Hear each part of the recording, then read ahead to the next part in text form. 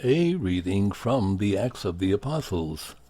On the day of Pentecost, Peter stood up with the 11, raised his voice, and proclaimed, "You who are Jews, indeed all of you staying in Jerusalem, let this be known to you, and listen to my words.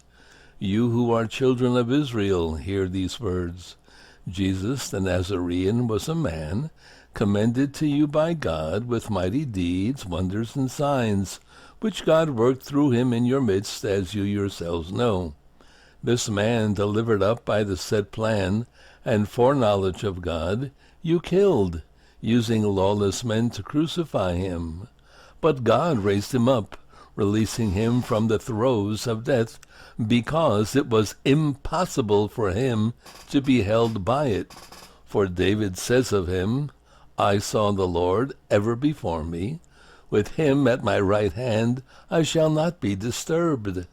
Therefore my heart has been glad, and my tongue has exulted. My flesh too will dwell in hope, because you will not abandon my soul to the netherworld, nor will you suffer your Holy One to see corruption.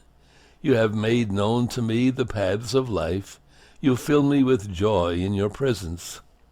My brothers, one can confidently say to you about the patriarch David that he died and was buried, and his tomb is in our midst to this day.